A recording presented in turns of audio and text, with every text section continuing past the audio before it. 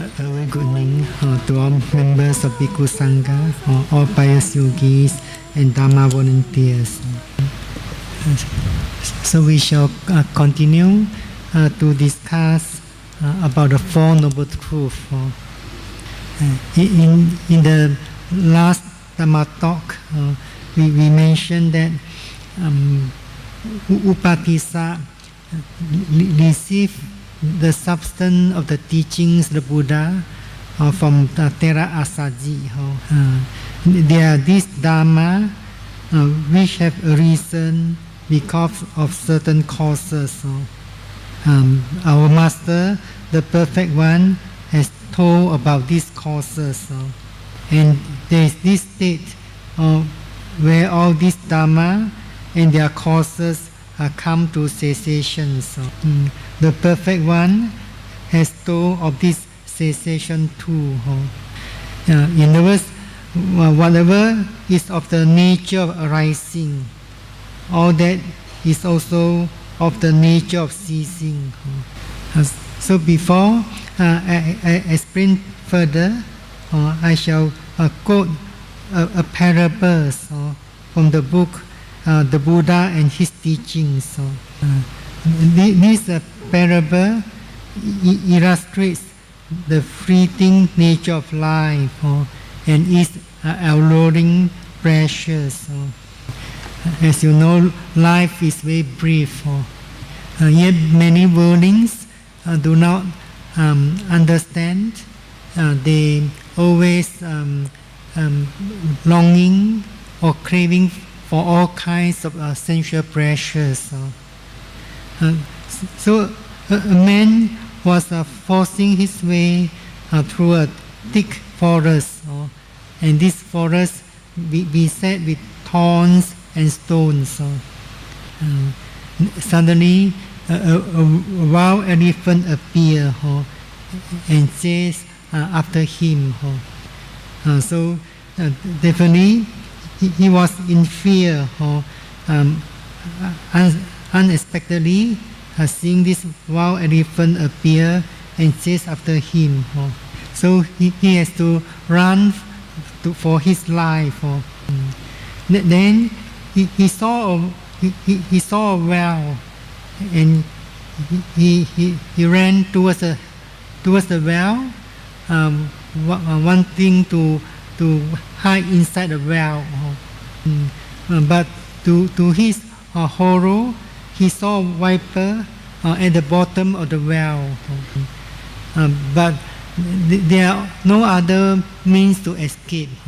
So he had no choice and jumped into the well and clung to a thorny creeper. So there was growing inside the well. So he was holding tightly to the creepers. As he looked up, he saw two mice, a white one and a black one, gnawing at the creepers. So his life was really in danger. Over his face there was a beehive from which occasional drops of honey trickled. So do you like to enjoy the taste of honey? So similarly, this man, in accordance with this parable, this man foolishly, unmindful of these dangerous positions, precarious positions, was greedily tasting the honey. So he didn't want to find a way, a path to escape. Then a kind person came. This kind person volunteered to show him a path of escape. So do you think this man wants to listen to him, to follow the path, the way to escape? So according to this parable, this greedy man begged to be excused till he had enjoyed himself the taste of this honey. So do you understand this meaning of a parable? The path, which is the path of the way, beset with thorns and stones. In other words, this thorny path is a samsara. Samsara, also known as the ocean of suffering. As you know, man's life is not a bed of roses. The man's life is not a bed of roses. You may know this from your own life. It's beset with all kinds of difficulties and obstacles for you to overcome, with all kinds of attacks and insults to be borne. Or in other words, you have to face all kinds of lokadharma, or all kinds of vicissitudes of life. And the elephant here resembles death. Do you know death is chasing after you? And the viper here refers to old age. And the creeper like craving. And the two mice means the day and night. So the two mice were gnawing. Gnawing means biting highly the creepers. So eventually the creepers will be broken. The man will fall into the bottoms of the well. Drops of honey, and the man represents the so-called being. Then who is this kind person? So this kind person is the Buddha. So Buddha always say Tathagata only shows the way, or points out the path you yourself have to strive for. So you have to develop this path by yourself. So as you know, dukkha satya refers to the five aggregates that's subject to clinging. The cause or the origin of dukkha satya is known as samudaya satya. In the words tanha. So tanha consists of kama tanha, or bhava tanha, vibhava tanha. So as long as the cause is not removed totally, then one can never attain cessation of suffering. So if one aspires to attain cessation of suffering, then one has to make an effort to uproot the cause. So the noble truth of cessation of suffering is known as nirodha satya. So if one aspires to attain cessation of suffering, then one must put forth effort to develop the path or the way leading to the cessation of suffering. So in one of the discourses found in the Satya Samyutta, the Buddha explains the function of this truth. The Buddha said the noble truth of suffering is to be fully understood. The noble truth for the cause of suffering is to be abandoned. The noble truth of the cessation of suffering is to be realized. And the noble truth for the way or the path leading to the cessation of suffering is to be developed. So we have to develop the path in order to be able to fully understand the truth of suffering. In fact, our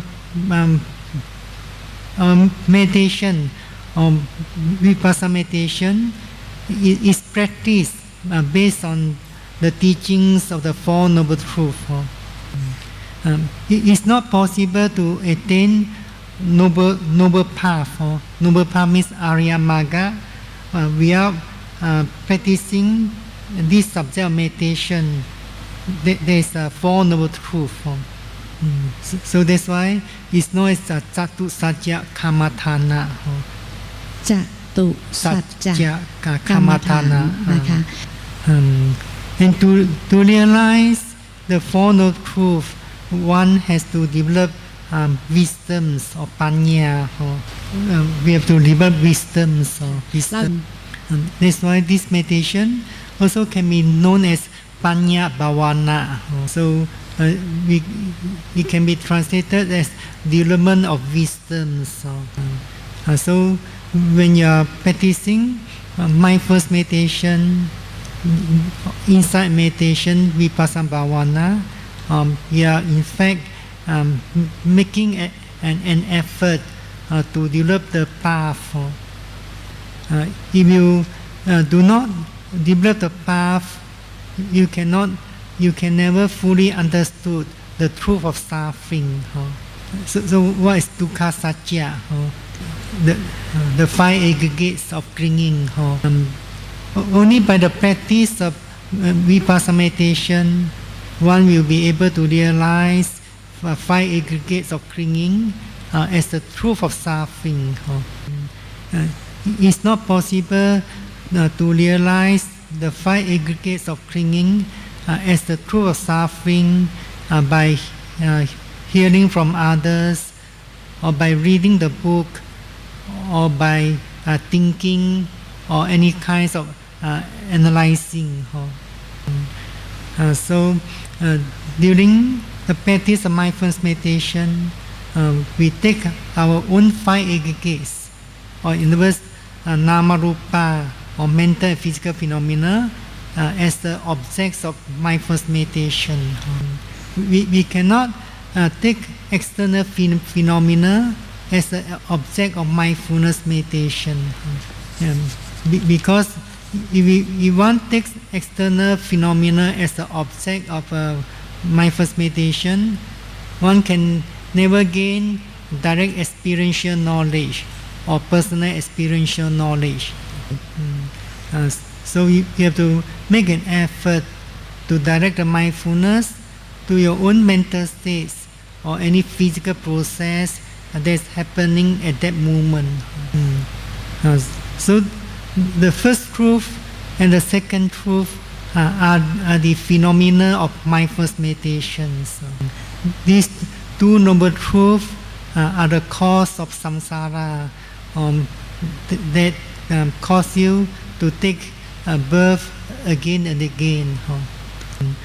But the third noble truth, Nirodha Satya, and the fourth noble truth, Magga Satya, are the truths will lead you to liberation from samsara. So as long as one has not yet realized the four noble truths by the attainments of supra-mundane wisdoms, or lokutara panya, then one will take birth again and again. So in the Satya Samyutta,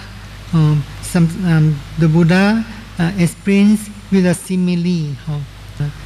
The Buddha says, just as a stick thrown up in the air falls now on its bottom, now on its top. So if you throw a stick into the air, when that stick falls, you are not sure which end of the stick will hit the ground. The Buddha says, similarly, as beings roaming and wandering, hindered by ignorance or avidya, and fettered by craving, now they go from this world to the other world. then another time maybe come from the other world to this world, and so on. So in other words, sometimes you take birth in the happy realm, sometimes due to ripening of unwholesome karma, one take birth in the suffering realms again. This because one has not yet seen the Four Noble Truths. So you are very fortunate to have this condition to develop the path by the practice of mindfulness meditations. So as mentioned earlier, when you practice mindfulness meditation, you have to take the five aggregates or nama rupa or mental physical phenomena as the object of loving kindness. So mindfulness means samasati here. Samasati. Samasati refers to the four foundations of mindfulness. We have to practice all the four foundations of mindfulness in order to realize the true nature of mental and physical phenomena. It is not possible to practice one of the four foundations only. There are many different kinds of mental physical phenomena that are arising from one moment to next moment. There are so many kinds of mental physical phenomena, but when mindfulness is weak, and if your meditators are new to this meditation, they may not know how to begin or what object to be mindful at the beginning of meditations. So in this tradition of the practice, Venerable Mahasi Sayadaw taught his disciples, students, to begin with this movement of dormants, which is one of the four material elements. This movement is wind element, and is one of the six kinds of wind elements as taught in the scriptures. So this movement of dormants is known as wind element in the belly, or as taught in the scriptures. Other wind elements includes upward movements, downward movements, wind elements in the limbs, and the wind element found inside the intestine, and the last one is the breath, or in-breath and out-breath. So we are mindful of the wind element in the breath. We do not take the in-breath and out-breath as the object of mindfulness meditation. If meditators could not perceive the movement of dormants, they may take the alternative. There's a sitting postures and two clear touching points to start the sitting meditation. When meditators are mindful of the sitting postures or the standing postures during walking meditation, they should be mindful of the nature of support, which is one of the characteristics of the wind element. If meditators has not yet attained deep concentration, for example, momentary concentration, then they may not able to realize or experience the nature of support clearly. So they need to strengthen the mindfulness and deepen the concentration. Then they may able to experience the nature of support wind element clearly. When meditators are mindful of a clear touching point, they also have to mindful and know it as it duly occurs. If meditators perceive the touching clearly, then they should know it as touching. Every touching point consists of 4 material elements. If the mindfulness is getting more attentive and precise and concentration deep enough, then meditators may realize the characteristics of one of the material elements. For example, if you do place your hand above the knee, then you may feel the bone, the hardness of the bone. When you feel the hardness of bone, actually you have not realized the specific characteristics of earth element. Ordinary people could also perceive or feel the hardness of bone, hardness of floor, and so on. But the experience of vipassana yogi is totally different from those who do not meditate. Worldlings may think that I feel the hardness of bone, I feel or I sense the floor is very hard, very smooth, and so on. But experience of vipassana yogis is different from their perceptions. So if you are able to develop mindfulness in more details and constantly and continuously for a period of time, then you may be able to attain deeper and deeper concentrations. So when there's a deep concentration, then meditators will be able to realize the ultimate reality of Paramattha Dhamma clearer and clearer. So when mindfulness is attentive and precise with a deep concentration, meditators may be experiencing this hardness, a phenomenon of hardness. At that time, there's no idea or the notion of the bone is hard or the hand is hard. So there's only an experience of the physical phenomenon, there's hardness. And then there's a mental process of mindfulness or the awareness that there's nothing or perceiving that rupa or hardness.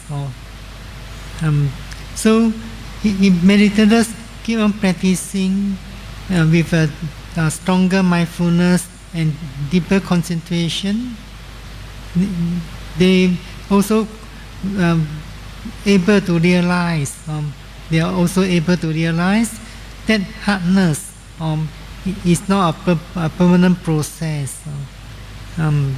So at that time, meditators will come to realize that phenomenon of hardness is arising and passing away instantly. The mindfulness also subject to instant arising and passing away.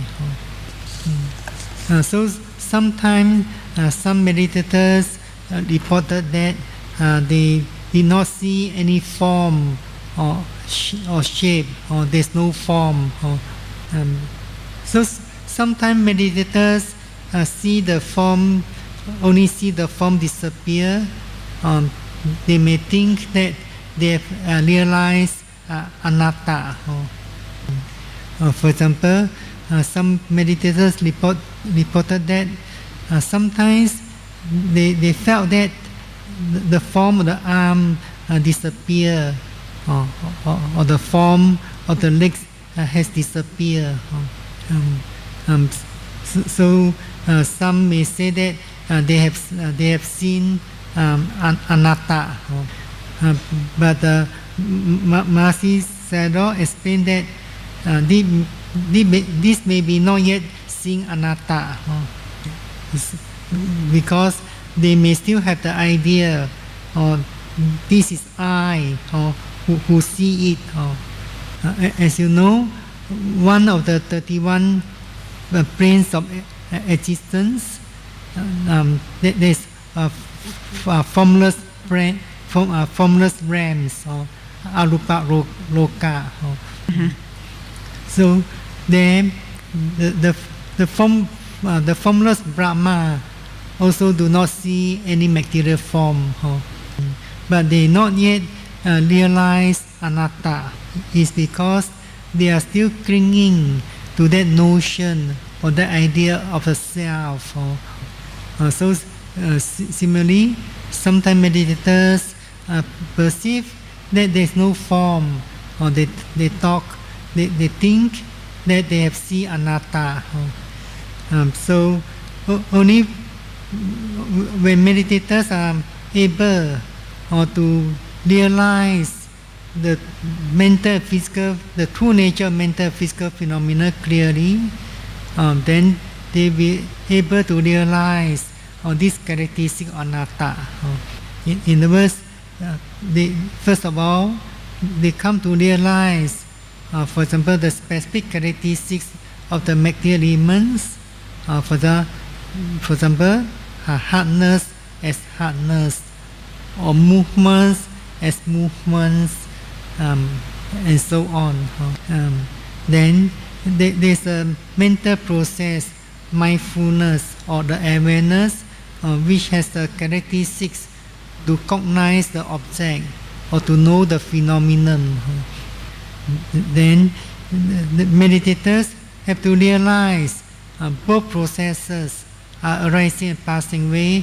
instantly in other words meditators have to realize a pair of processes which subjects to instant arising and passing away for a period of time if meditators could only realize the arising and passing away of both processes for a short movement then they could not realize the three characteristics clearly so meditators realize that this object arising then that process mindfulness also arising instantly so when the object has disappeared or that mindfulness process mindfulness also disappeared instantly and then is there a self or person or permanent another permanent mind observing or watching this pair of processes yes a question is there a self or person or another permanent mind observing this pair of processes so how does one realize that there's a pair of processes arising and passing away instantly for example we take the consciousness of hearing how does consciousness of hearing arise so they must sound or noise comes into contact with the ear door and the ear is endowed with ear sensitivity then that when all these conditions are met hearing consciousness will arise naturally so which phenomenon should be taken as object of mindfulness the sound or the consciousness of hearing the consciousness of hearing should be taken as an object because consciousness of hearing consider an internal phenomena so we can say that the sound or the noise is a cause arising of the hearing consciousness is the effect so hearing consciousness can become a cause, then there's mindfulness or awareness arising. If the hearing consciousness does not arise, then the process of mindfulness or the awareness also cannot arise. So an effect can become a cause for the arising of another effect. So similarly, if the mindfulness and concentration is very strong, when there's a phenomenon of hardness arising, then the process of mindfulness or awareness will be arising instantly. When there's a phenomenon of hardness arising. So the arising of the phenomenon of hardness is a cause. So the arising of the process of mindfulness or the awareness is an effect. So if the mindfulness and concentration are not strong enough, then you may be able to see these two processes. But when the mindfulness and concentration become stronger, then you realize that this process of mindfulness that was noting the hardness can become a cause for the arising of the next process of awareness or mindfulness. So that means the following process of mindfulness awareness come to realize the passing away of the previous process of mindfulness. So these processes are arising and passing away very instantly. Only when meditators could develop constant and continuous mindfulness for a long period of time, and each mindfulness is attentive, energetic, and precise, then when they're able to realize the instant arising and passing away of every mental process and every physical process, then they will realize that the five aggregates are the truth of suffering.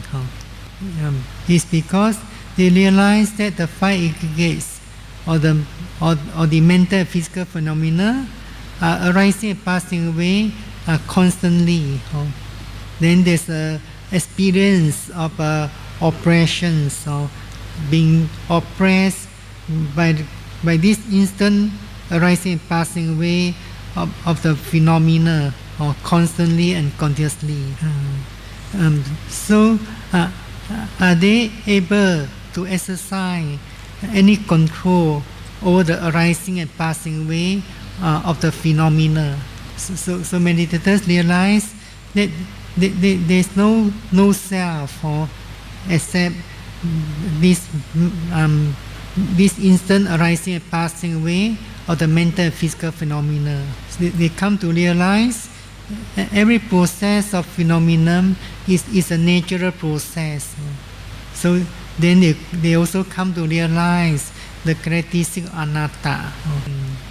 So meditators can only be mindful an object that's arising at that present moment. They can, when this object had disappeared, then there will be another object arising. They come to realize the disappearance of the previous object is a cause. The arising of the object at this present moment is the effect. So in other words, the disappearance of an object causes the arising of the next object. The disappearance of the previous object causes the arising of the next object.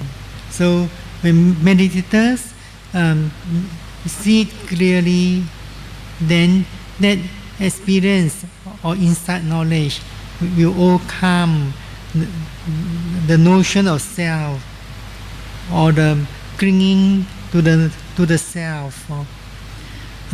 So when meditators have make more and more progress in the practice of mindfulness meditation, vipassana meditation, they come to realize every phenomenon, every process is a natural process. They cannot choose the object to be mindful. They cannot wish that this object will not arise. So when this object is arising, definitely this object also subject to passing away. So if meditators understand this, understand that all phenomena are natural processes, then they would understand that whatever object arising at that moment, they have to be mindful and note it as it really occurs. So we can say that what is being perceived by the mind at that present moment can be taken as object mindfulness. For example, sometimes meditators mindful of certain process of movements, such as bowing down, bowing. Then suddenly they perceive only darkness. So then they should take the darkness as an object. They do not have to think why this darkness arise, and so on.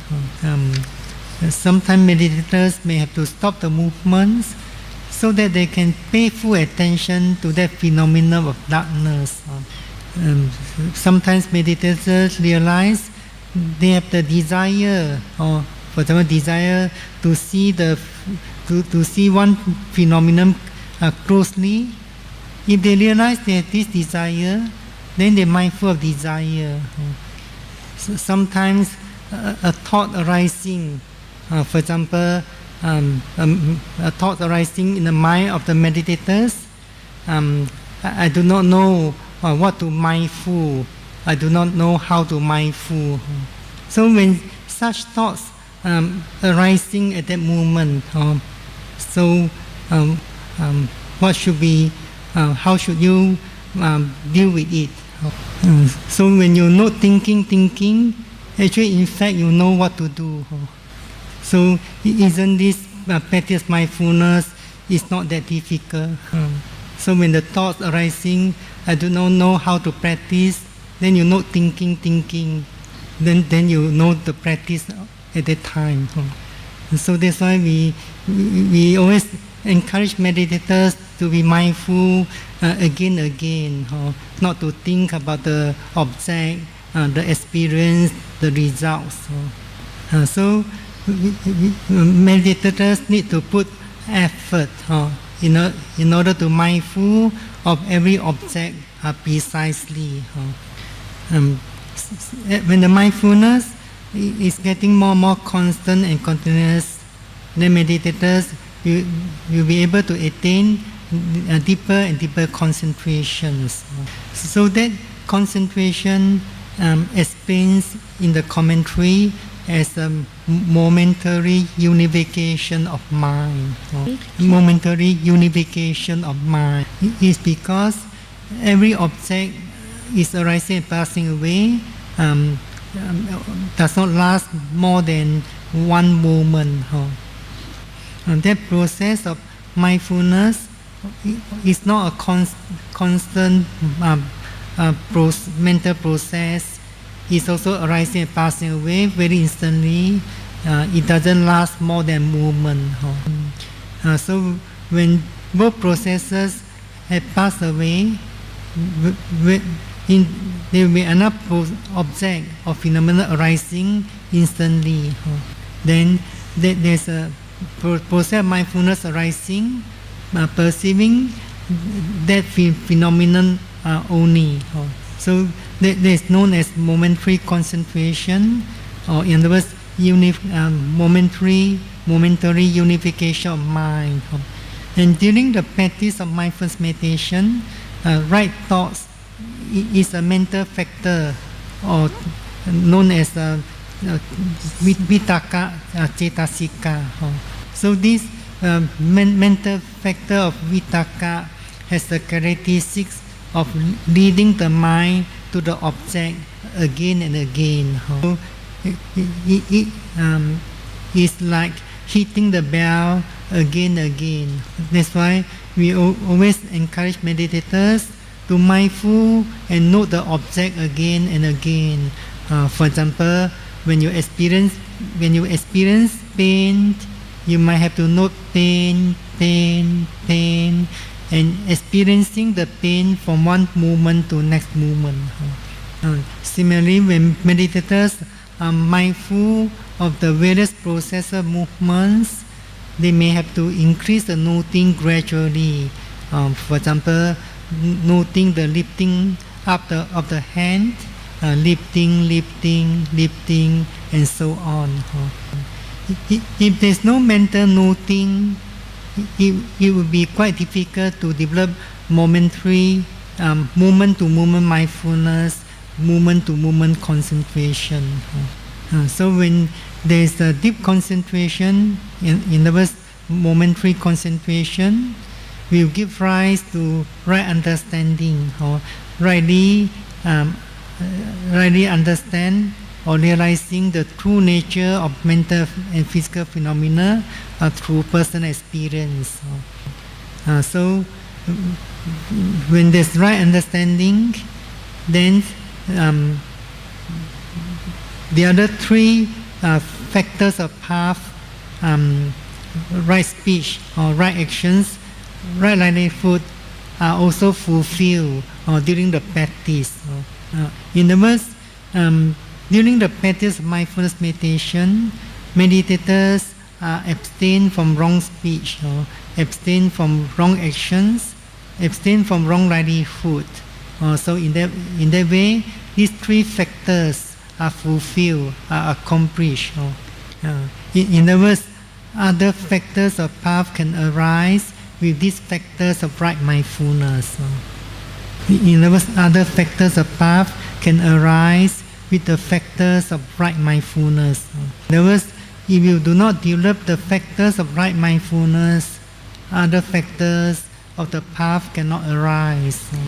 So when the 8 factors of the path are fully developed, then one will be able to fully understand the truth of suffering. So if the truth of suffering is fully understood, then one will be able to abandon the cause of suffering. When the cause of suffering is abandoned, then one would realize the cessation of suffering. But one have to bear in mind that the path consists of two. One is mundane path, the other is supramundane path. So as long as mental defilements have not yet uprooted, then meditators are practicing the mundane path. So only the noble one, the Arya, practice the supramundane path. So these 8 factors are mental factors. They are consist of various cetasika. For example, right understanding is one of cetasika known as a panya. Sammasakappa is a vitaka cetasika. The next 3 factors, samavaca, sammakamanta, sammaājiva, is known as 3 kinds of viratis. They are also known as 3 kinds of cetasika. Sammavayama is one of the cetasika known as viriya. Sammasati is known as sati cetasika. Sammasamadhi here is ekagata cetasika. But here ekagata means momentary unification of mind. So you need to put effort to develop all these mental factors. In other words, the path leading to the cessation of suffering is found in your mind. You do not have to look outside you for the path. That's why during the practice mindfulness meditation, meditators have to restrain the eyes so that they can always be mindful of their own mental process and physical process. If meditators like to look here and there, actually they are this looking here and there is also a kind of a kama tanha. A person who is attached or to sensual object or craving for sensual pleasure might not take much interest in the spiritual training. So I wish meditators put forth effort to develop the path fully by the practice of Satipatthana meditation, so that you could realize the Four Noble Truths, overcoming the cause of suffering and attain the cessation of suffering.